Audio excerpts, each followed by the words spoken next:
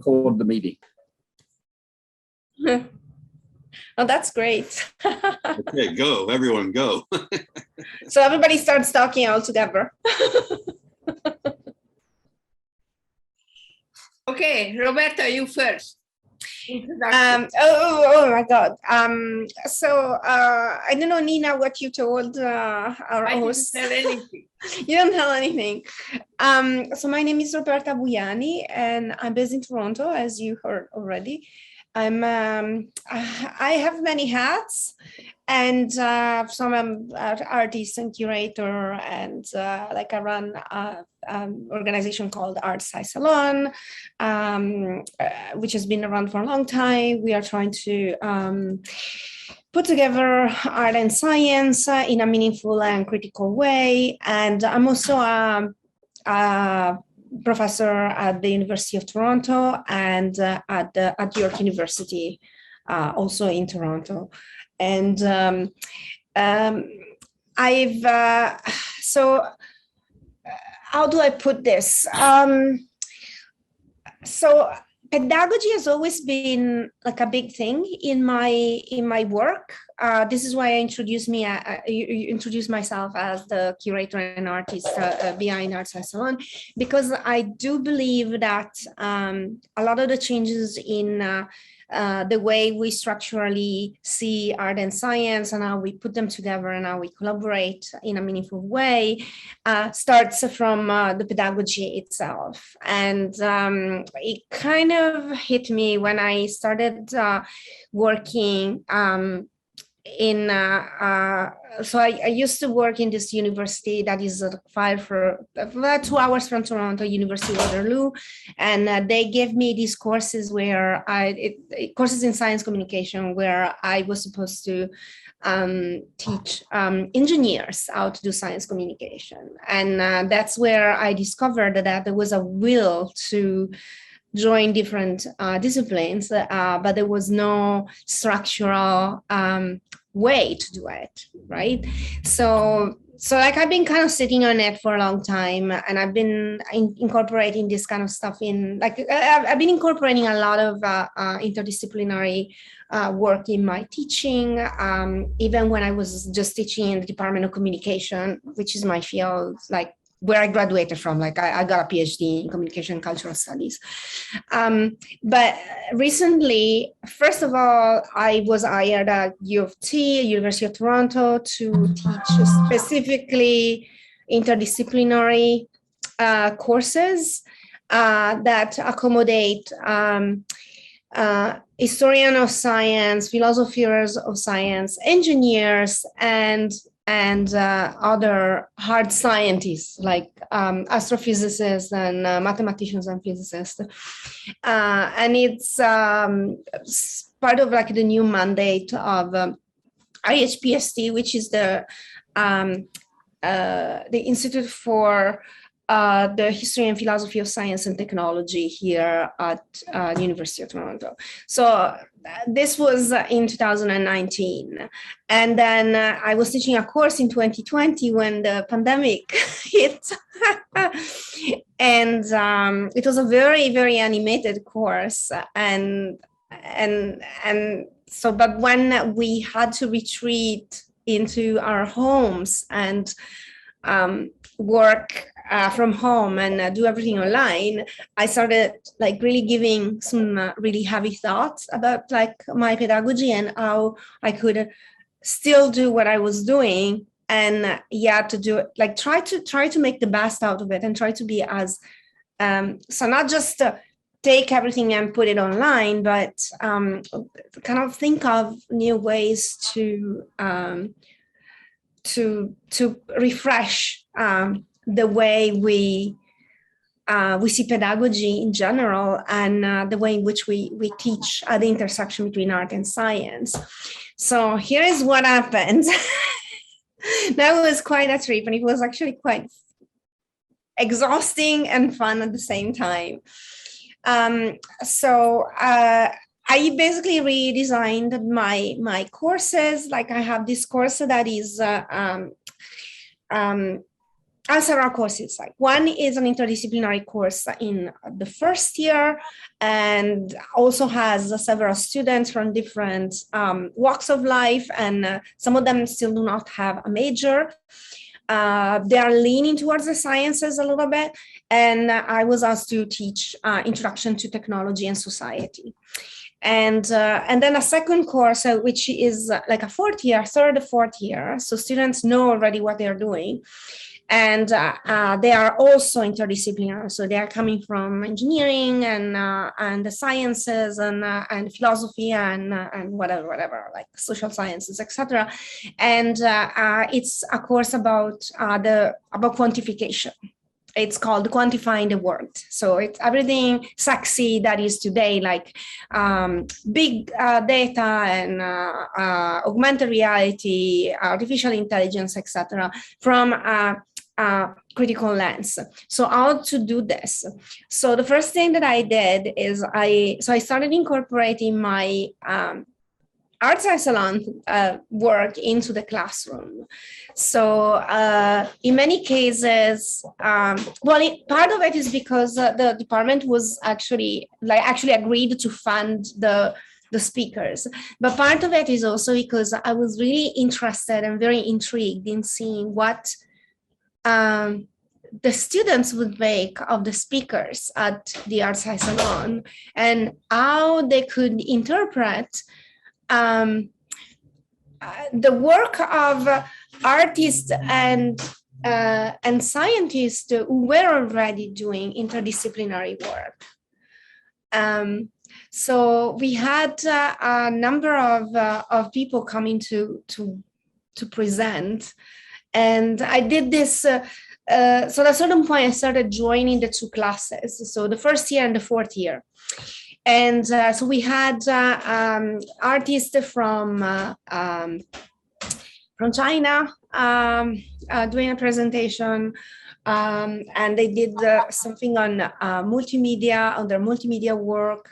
We had Spela Petric from the Netherlands. No, she was in the Netherlands at that point, and I joined with the entire class, while actually another institution was in another location online, and that was very interesting to see, because Spela has a very interesting way to interpret artificial intelligence from the perspective of plant and as a non-anthropocentric view, and the reaction of students was very, very strong. But this is like how I incorporate my own critical and curatorial work into the classroom. Another thing that I've been doing, and I'm gonna do it way more, especially in the next term, because we're still online or hybrid. We are also hybrid.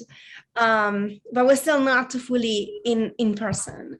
So like I started offering workshops. So maybe we have a very intensive workshop on one day, and then the next week we don't have classes. Or and I think one thing that I really like of like flipping the classroom is that students put a lot of effort and a lot of like interest into it. Another thing that I will be doing is I decided, so I have fortunately a colleague of mine who teaches in another institution who's teaching at the same time as me on another course. Now, next semester, I'm going to be teaching a course in, it's called Unpacking Technologies, but I decided that I would very much link this unpacking to community building, how to use technologies to do community building, how to technologies to as like alternative ways of communication, and how we can see technologies in fields that are not just social media or the usual everyday technologies, and this includes medical technologies. My colleague in the other institution teaches health and literature, and cancer and biopower. And so she's teaching from the women's studies department and from a literary perspective. And we decided to link the two courses together so that throughout the term, wish me luck, students will meet and from the two different institutions, and we'll put together like a series of discussions which then will be developed into roundtables, which will culminate in keynotes, and so like basically a full-on event. And we are creating a magazine, and we are creating all sorts of other stuff that is not necessarily just a part of the quote-unquote curriculum, but it goes beyond the classroom. So this is what I am doing, basically. And if I may say so, together with Roberta, for the last 6 years, we do the lasers, the Leonardo lasers in Toronto. And the students are a big part of it. They become like a big part of the audience, and hopefully. I mean, they promised many times to do some volunteering work, but I haven't got to do it. But for this event that we are doing, I got funding to pay them, so maybe they will commit more. So any question, any comments, any advice? So, Roger. Okay, so I've taken a few notes. Obviously, as an astronomer, I lived through the birth of the big data age. When I was a PhD student, I used to go to a telescope and with a photographic plate, take a picture all night. And it was so much work to get one photograph. And as my colleague Dan Boston likes to say, we went from a world that was meaning rich and data poor to a world that is data rich and meaning poor. And that fits into your course on quantification. Oh my God, the discussions. I should hear that. But then the other thing that happened in astronomy was it used to be to understand the universe, you need to find the right equation. E equals mc squared, F equals ma, et cetera, et cetera. But in the big data age, no, you just create a simulation of the world. And if the simulation animation looks like the real world, then you understand it. There's no equation, but since the simulation of climate change looks like what's happening, we must understand it. So then you get very deep into philosophy and theories of knowledge. And so I'm going to be teaching a seminar next year with a colleague who's an expert on indigenous cultures, among other things, on simulating reality. So as a scientist, I simulate reality in one way. As an artist, you simulate reality in another way. Somehow we're all obsessed with simulating things, reality. Okay, so let me just leave that floating. The other thing that I wrote down is at my wedding, my son's wedding, not my wedding, I met a young man who's the CEO of a startup company in social robotics. Interesting. Social robotics, and that fits right into what you were talking about, where we want to have a non-anthropocentric way of thinking about robots. And maybe robots are intelligent in different ways than humans. And so we shouldn't get the robot to simulate human intelligence. We should encourage them to develop their own intelligence. And so social robotics, I have a student that I'm working with, and I have no expertise, but he's trying to develop, and I put him in touch with this company, a social robot for his cousin. So his cousin has a very serious illnesses, and he has to have dialysis every day. And so he's working on a robot that lives in the person's home who's sick, and then injects every day through dialysis fluids into the body of the human. And oh my God, social robotics. So I'll just leave those. Simulating reality and social robotics is my aha moments listening to you. Joel. Well, I'm Roberta. It's really nice to meet you, and thank you for joining us today. My background is as an artist and curator as well, and organizer, and wearing many hats over the years. Early days at MIT, and then later here in California as the director of the Cadre Laboratory, which was established in 1984. So it was one of the very early interdisciplinary academic programs for graduates. Remind us what Cadre stands for, the acronym. Computers in Art and Design, Research and Education. 1984. 1984, yeah. Holy shit, Joel, you were ahead of the curve. Well, I'm now emeritus there, so I don't have any responsibilities, which is great. You have academic freedom. Yes, well, so to speak. But So certainly, you don't have a budget anymore. I don't have a budget, and I don't have any power. But That's academic freedom. A little bit of influence here and there. One of the things that keeps, it occurred to me as you were talking about these intersections of discourse, across these disciplines, and how to bring them together and so forth. And it always begs the question for me of the complexities involved with languaging, and what means one thing in one area of practice that doesn't necessarily translate across to another, and everything is very much context dependent. What's going on in one laboratory, what's going on in Toronto in a chemistry lab, and what's going on in a chemistry lab in Silicon Valley, even though they may be working on the same thing, they're not necessarily talking the same, using the same vocabularies always to sort of, but in any case, this challenge of languaging, and then when Roger's talking about social robots, the first thing that pops into my mind is, well, are we ever really going to be able to do this thing that you're describing until we have a fully autonomous social robot culture that can talk about us, so we can figure out in their own language. In other words, there needs to be an externalized non-human language for talking about humans. Fortran.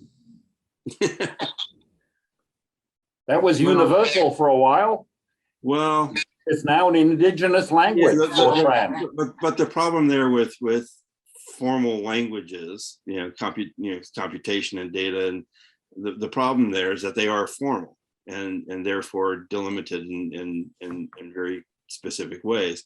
Whereas informal languages that we're accustomed to have this flexibility to kind of expand and grow and change and morph into other things. I mean, when you in Fortran, if you said, if I recall, Roger, or maybe it wasn't Fortran, maybe it was the Unix operating system where you say kill, it kills the damn thing. The word means what it says. It's not a metaphor for death. It kills, and so this idea of getting outside of that problem of how we language about art and science, I think, is a very, very challenging problem. And I mean, kudos for you for attacking it from so many vantage points. But I'd be curious what your thoughts are about how language is used. Vanya. The thing that popped up to me was that Roberta speaks about transdisciplinary teaching, if I'm not mistaken, and Roger has been talking about transdisciplinary teaching for a few months now, and I find it really important because, yeah, I'm a graphic designer, but ever since I'm working with Nina, Joel, and Roger, I've been trying to understand science things, which are a bit difficult to me to follow on. And probably I don't know anything about robots other than Elon Musk's robots and such. But it's always interesting to learn other things that are not from your field, because it kind of opens your vision of everything and helps you get more involved in other things and develop other works. I had a semester working with art students.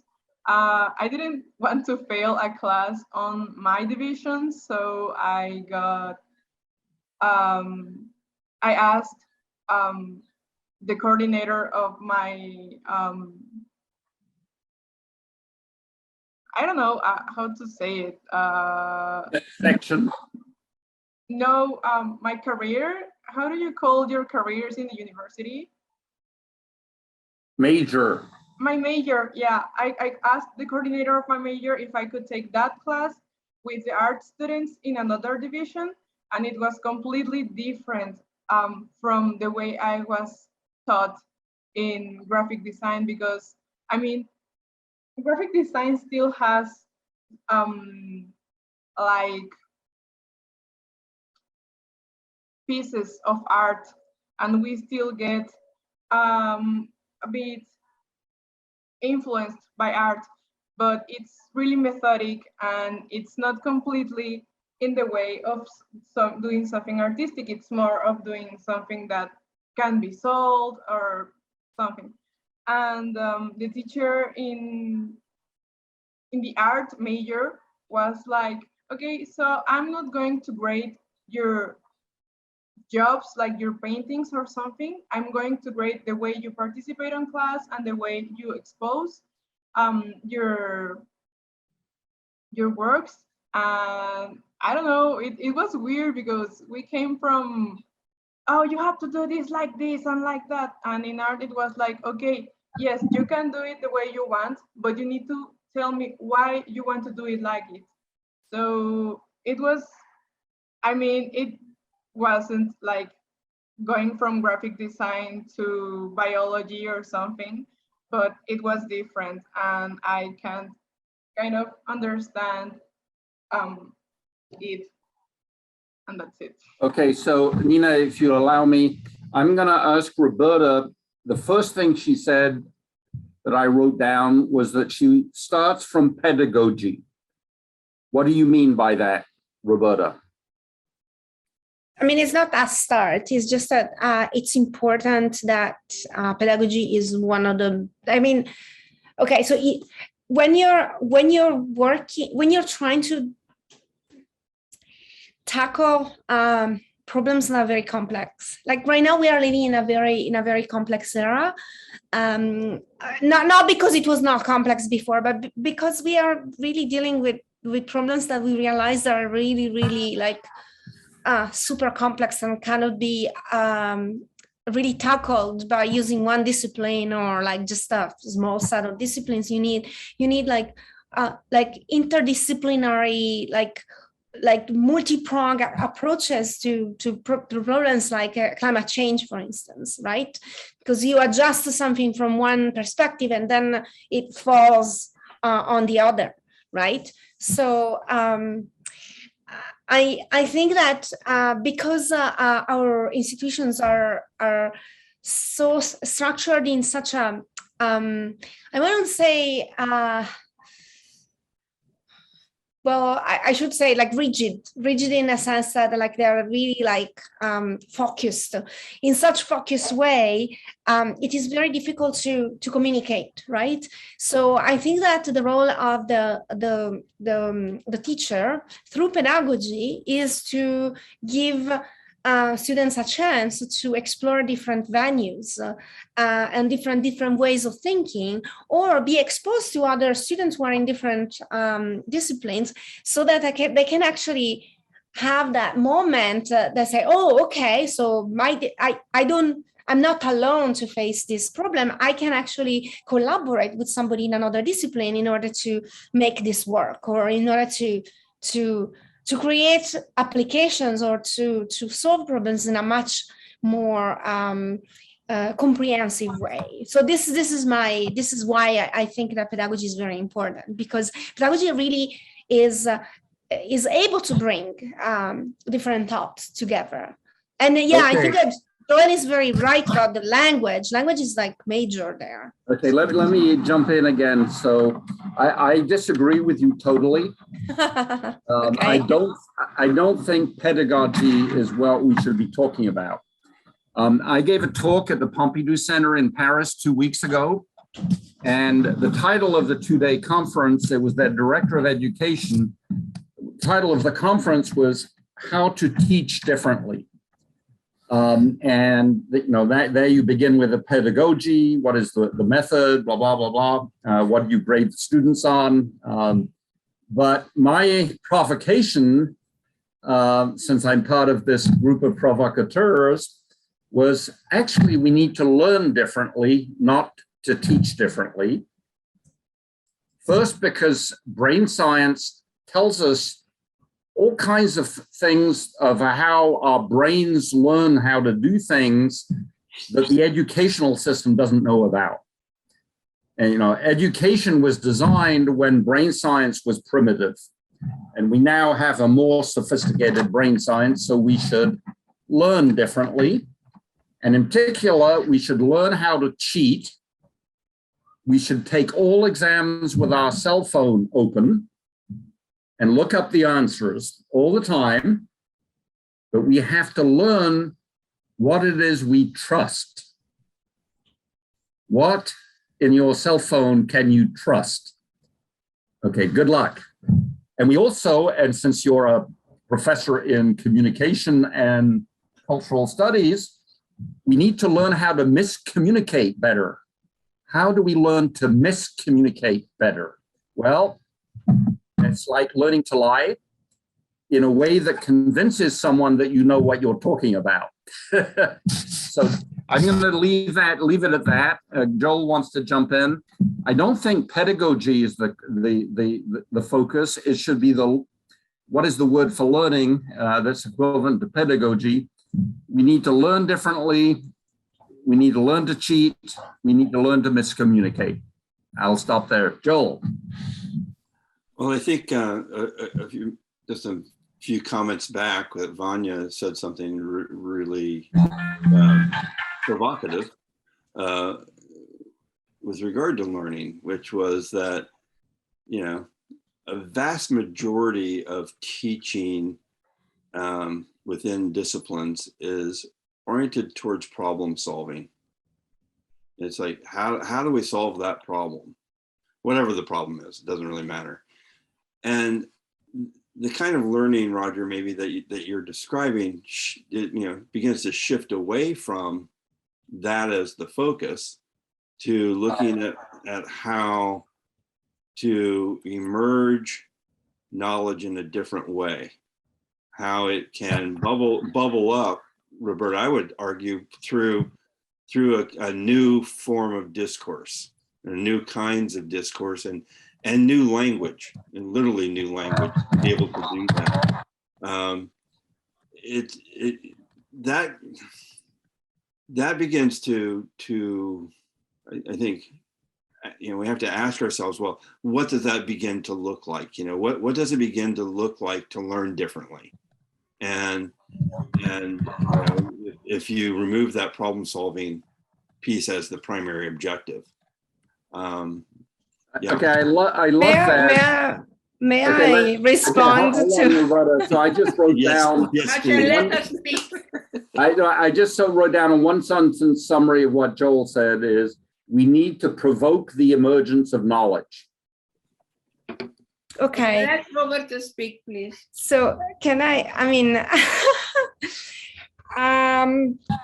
First of all, who is the we? And second, seriously, if we are used to, okay, so say, okay, put yourself in the situation of, so you have a classroom.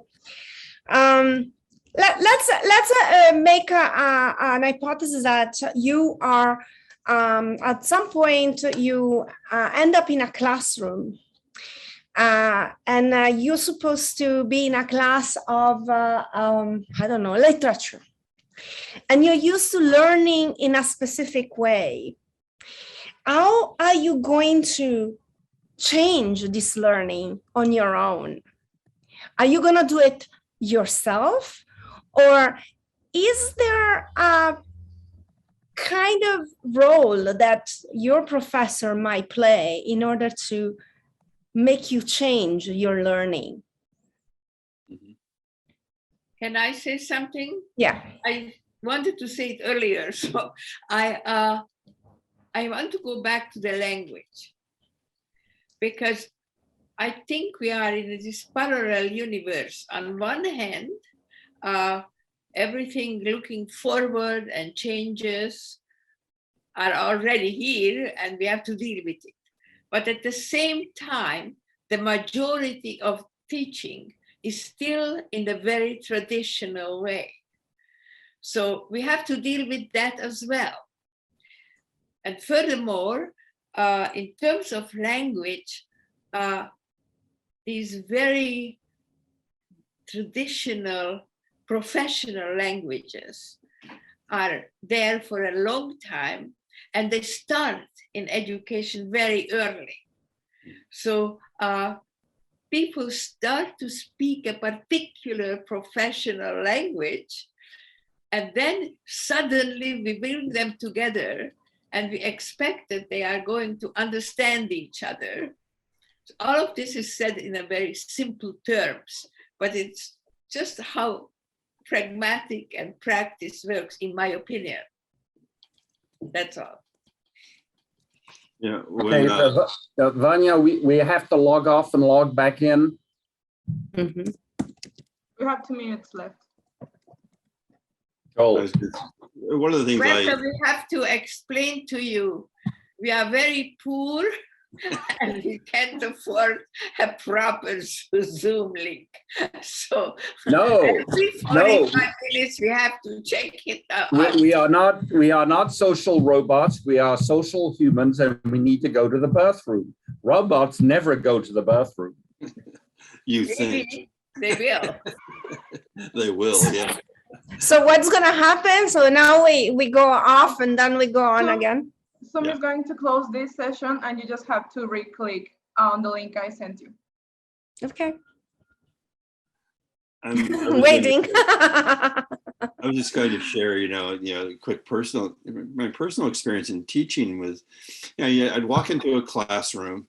I couldn't possibly tell you where everyone was from or what their ethnicity, cultural backgrounds are, because they were so diversified and so hybridized. And they all come with different expertise. They all come with different knowledge, different context, different experience, different languages. And for the most part, the majority of them knew a whole lot more than I know about the technology that we were investigating or exploring. They've been doing it since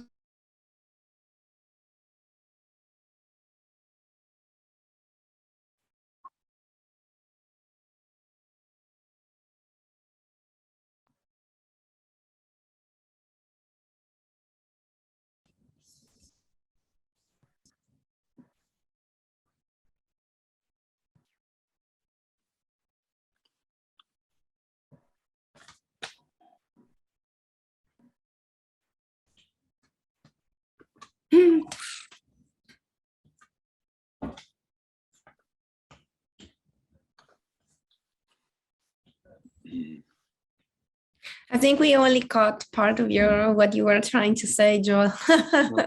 Sorry. But I do understand. I do understand what you're saying. Yeah, you walk into a classroom and it's this highly diversified, highly hybridized environment to begin with. I think that we have a different meaning of pedagogy. I think that what you've been thinking about was the pedagogy in the classical way, like the method and practice of teaching.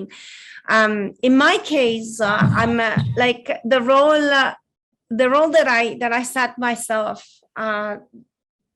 is more of a guidance rather than imposing. I don't think that I should impose anything on students, but I also do think that there's a need for people like me. I don't think we should eliminate the classroom. I really don't think so. That's exactly where I was leading, which was to say what I found for myself was that the role of, quote, the teacher, the professor, was really that of a facilitator, a guide. Yeah. I think that's what. Right, and if one could keep the restraints on themselves and not teach at students, the productivity and the discourse was a whole lot more fluid.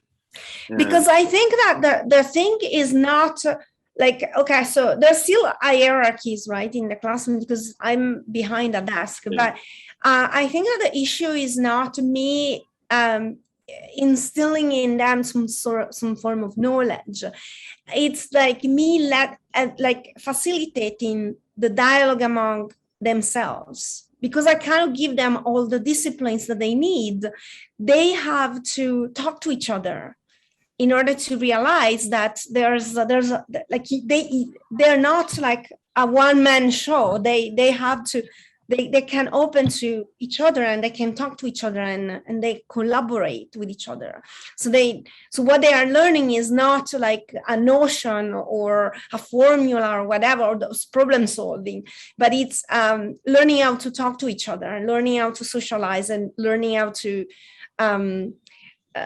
understand that like the world is made of is socially complex, and if you don't speak to each other, like you don't solve problems either, right? Okay, so Roberta, I'm gonna pick up. I now agree with you on something. So like you, I don't like the word teacher.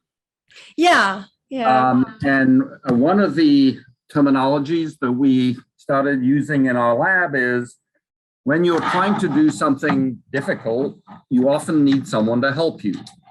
Now, if you can do it by yourself, that's great, go do it.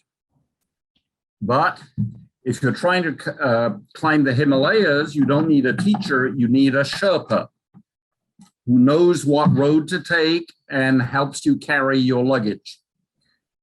But in the Sahara Desert, the Sherpa is useless. You need a Tuareg that owns camels, can carry the food on the camels, and knows where the oases are in the Sahara Desert. But in the jungle, Sherpas and Tuaregs are of no use. You need pygmies, because they know which fruits are edible and which are poisonous. So depending on the context, you never need teachers. You need Sherpas, Tuaregs, pygmies, and then pick your next analogy. And I think that comes into your comment about that there's no way you have all the disciplinary knowledge this group of students is trying to get, right? So they have to interact with each other, accumulate things, and eventually by the end of semester, knowledge emerges, not through strict true-false tests. So I agree with you. Yeah. I mean, I thought so. I think that, again, the issue of language, some of the words that we are using, we give them different meanings, but they not always have the same meaning for everybody. So for me, this is the part of what I call the pedagogy. Like, it's not something that you impose, like it's not a top-down process. It's a process. It's a journey that you undergo with your students. And yes, I have more experience in certain things, so I guide them. I disagree with you. When you teach a child how to go to the toilet, it's very top-down knowledge. Yeah, but we're talking about students at the university. We're not talking a Well- child who needs to go to the toilet. I'm curious, Roberta, what you think about this idea of, you know, on the news last night. I was watching a report about education, certainly here in the San Francisco Bay Area, but I think it's probably true almost everywhere, which is there is a slow but clear trajectory of teachers vacating the profession, and the demise of teachers seems imminent. Part, you know, and there's part of that has to do with the pandemic, but this has been going on for quite some time. Is that there's seems to be less and less individuals interested in taking and, you know, stepping into that profession, especially at the K through 12 arena. And I'm wondering if that's just, you know, the harbinger of the future, which is we really need to be looking at an educational system that isn't reliant on teachers at all. And maybe this is where the social robots come in, the social robots as facilitators in classrooms that have the you know, software expertise and AI and everything else that's required to do all this cross-disciplinary languaging that's required to be able to host a discourse. And so I don't know, I'm all for killing the profession and substituting robots. I'm not for killing the profession at all. Especially high school teachers. Oh my God. I mean, I understand that one of the reasons why a lot of people are leaving the profession is not because it's not needed anymore, but because people are bringing guns to school, and teachers feel threatened, and they are overworked and underpaid. This is why they are leaving the profession, in the same way as nurses are leaving the profession as well, right? So this is a social problem. This is not a problem with the profession itself, right? But said that, I think that the profession needs to change as well. I am appalled to see how, especially in the high school, I mean, so when I see the type of rules and the type of like standardized tests that are being created, I mean, like that kind of education is worthless.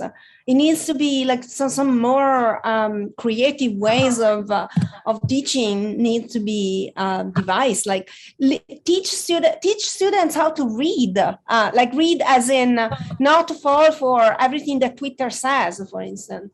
Teach students how to think critically.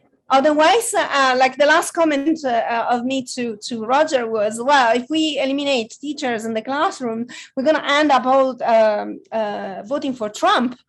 Like, seriously, or the one who's louder, who's talking louder, right? So there must be something that can be done, and it has to be creative. It has to be non-punishing. It has to be like equal for everybody, because there's also a lot of problems with inequalities. Like some students can't go to school. Some students go to school because that's the only place where they can eat. So there's a lot of things that need to be considered.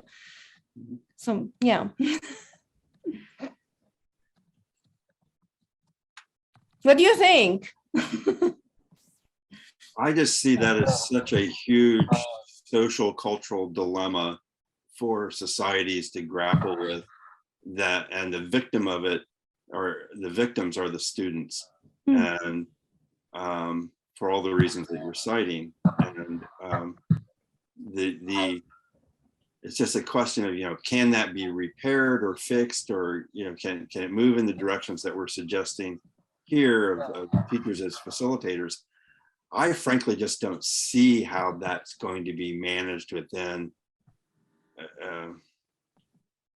the current. I think that today the students are the victims of many things, because the victims of the teaching in the pandemic, they are the victims of the fact that although today they have to pay more than ever before for their education. They are unsure whether at the end of the, after graduation, they get a job. And they are really, like I meet younger people, not necessarily in a teaching position, but just, you know, otherwise, and in some of my projects. And they are really, many of them are just depressed about it. Okay, so I'm gonna, again. Vanya wants to say something. Yeah, I Vanya. raised my hand before you, Roger. I just wanted to add that. I have two hands raised. I have two hands raised. I just wanted to add that Joel said that the students are victims, and maybe not victims, but my sister and I were just talking about teachers and how we have good memories of great teachers in high school, but also teachers that she said, people that shouldn't be teaching because it's maybe not their vocation, maybe they don't actually like it. And yes, they can give you the theme of the class, I don't know, but they are not feeling it and or feeling how to teach you. So we both had one teacher, she in junior high school, me in high school. And it came to the point that in my classes, students were willful to make her angry so she could yell at us, and then they could record her so they could show it to the director of the school, the principal of the school. And I mean, I kind of liked her classes, but every 5 minutes she got angry at something, she yelled at us, and it was just so stressful for me to know that her class was coming, because I didn't want anyone to talk or to feel or to breathe in front of her, because she just got angry at everything. And my sister says that in her class, she tends to say something like, oh, I used to teach university students, and now I'm teaching junior high school. And my sister was like, okay, if you want to teach university students, why don't you go back to it and stop tormenting us? So that was one side. And then in university, I knew about teachers that were verbally hurtful. I don't know how to say it to students. I knew about Abusive. That's the name. Abusive. Abusive, yeah, abusive. Yeah. And the class I told you I didn't want to fail was taught by he was an old man, so I understand that he was some times angry. But when the coordinator of my major asked me why I wanted to move teachers, why I wanted to change teachers, he told me that he heard of one student complaining about this teacher, asking him to dress differently or something like that, because he told him, even if you're poor, you shouldn't dress like it. And I had another teacher that I was told, she told a student that she should wash her clothes differently because she smelled like humidity. And I felt like, what does it have to do with the class? What? Okay, yeah, she smells different. And why should it stop the class from learning or you from teaching? So yeah, I believe there's people that shouldn't be guiding students. Okay, so Vanya, I think we all agree that we should abolish teachers in classrooms, but there are 8 billion humans on this planet, and I think they all need to learn some things. Otherwise, climate change is going to lead to human extinction. So we have to learn how to reduce our carbon footprint. We have 8 billion people that during the pandemic have started fighting each other like ants So we have to learn to collaborate with people we hate and don't trust. I'm quoting someone, as Nina and Joel know. So I do think learning is desirable, but teaching we should abolish. I don't think I agree. I agree more with Roberta in the guiding thing because I know people that find it easy to just look on the internet languages and learn. And I kind of know 5 languages, and all of them I learned them from teachers because I find it easier if a teacher gives me a lesson and they guide me through the language. I find it easier to then myself understand it. But I don't think we should at all abolish teachers. But maybe we just call them guides and not teachers. Maybe. After all, I think Roberta is a guide. She has a bicycle and she leads people to strange places. Isn't that what bicycles are for? They're for guiding a group of people. You bicycle a lot, Roberta? Yes, but I usually don't guide people. I guide myself. Oh dear, autopilot, auto Yeah, guidance. I got the other guidance. You know, it's doubtful that there is one singular pathway forward in education that, you know, that fits everybody, right? Yeah. It's just, I think that's a bit naive. And so, you know, different contexts require different solutions and different approaches, and different disciplines required. You know, you certainly don't want to lose the knowledge in specific disciplines that are, you know, where it's just absolutely critical. On the other hand, there are areas like, say, take the subject of creativity that is applicable across, you know, almost every discipline, but is thought about differently. And you know, there are places where the shared discourse makes sense, and there are places where the specificity of knowledge is such that it's you know, you have to learn it somehow in order to go take things to a new level. And so I guess what I'm saying is I don't think there is a singular solution. You know, like get rid of the teachers, Okay, so get rid of the students. Nina. Maybe that's the solution. Get rid of the students. We also have to deal with multiple context, the context, geographical context, social context. I mean, it's very difficult to have exactly the same way of going forward in different countries, in different social contexts, in different technical contexts. I mean, there is just so many layers we have to deal with at the same time. And it's not that something we just dream, that we have to deal with it, because in reality, I mean, we have to progress somehow. So Roberta, you were...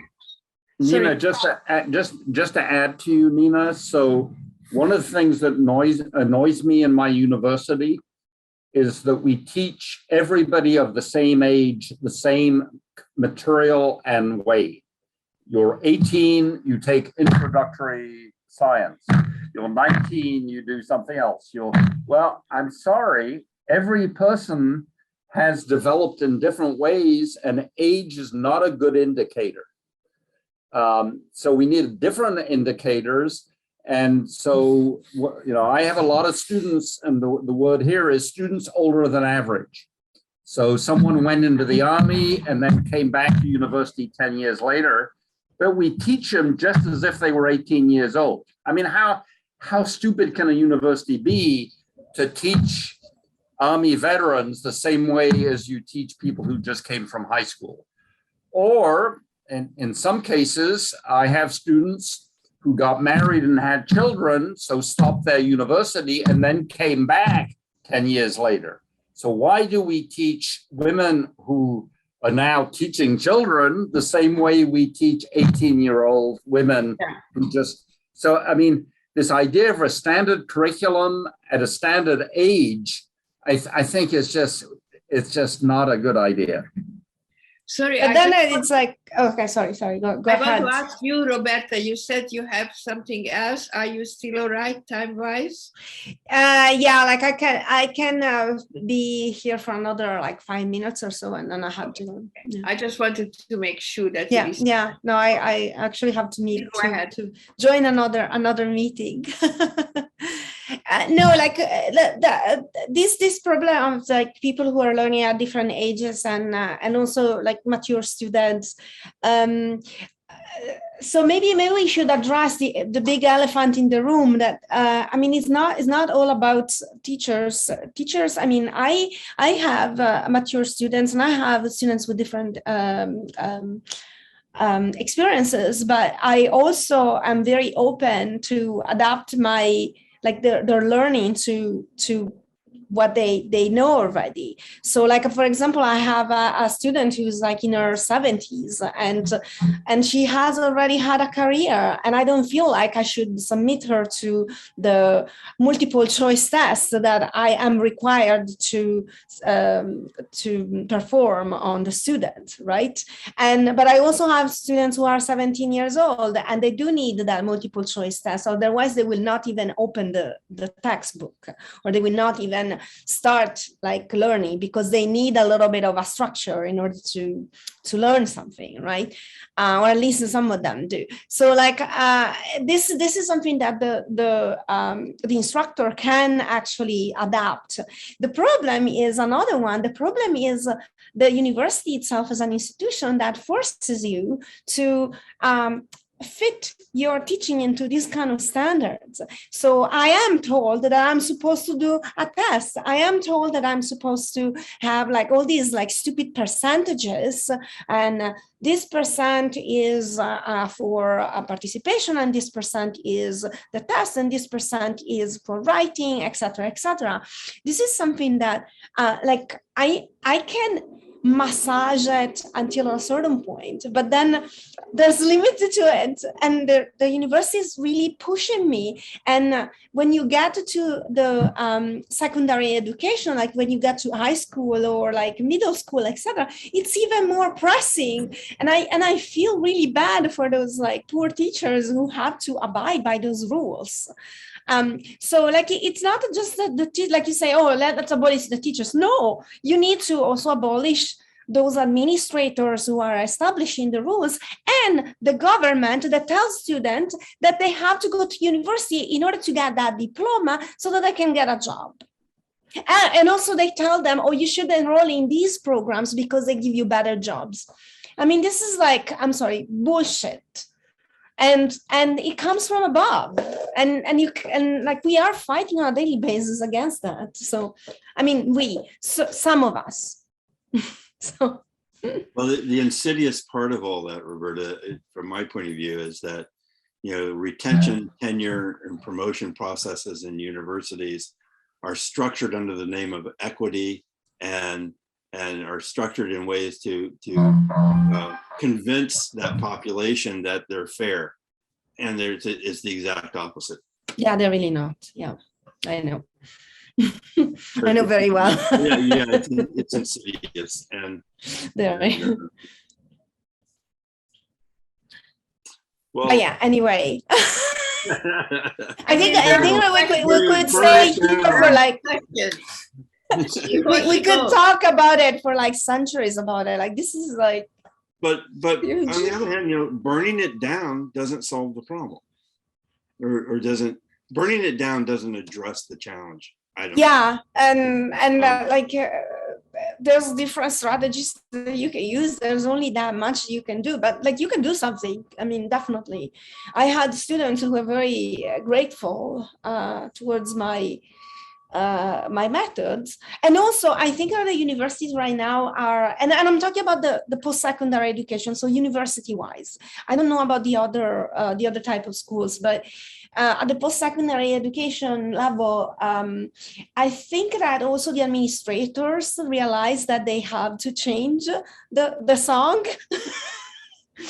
Like, for example, now at the University of Toronto, because there's this Omicron that is rising, they had to cancel all the final exams for, and these final exams are all exams like in the sciences, right? Because some professors could not eliminate those exams because they had to, like, they don't know in what other ways to verify students' knowledge. And I think that this will probably prompt new creative ways of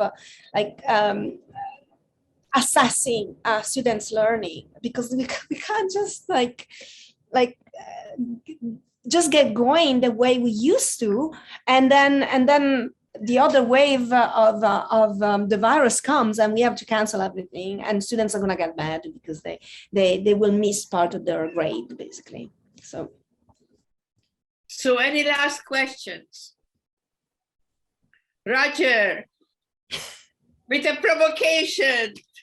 No, I think we need to learn differently. We need to learn to miscommunicate, learning from Roberta how to do that. So thank you so much. Well, thank you so much. I unfortunately have to go, but yeah, it was a good discussion. Very nice. You will come back, that's all. Yeah. Yes, definitely. Okay, bye-bye. Okay, bye, everybody. Thank Bye-bye. Bye. Okay, so thank you very much.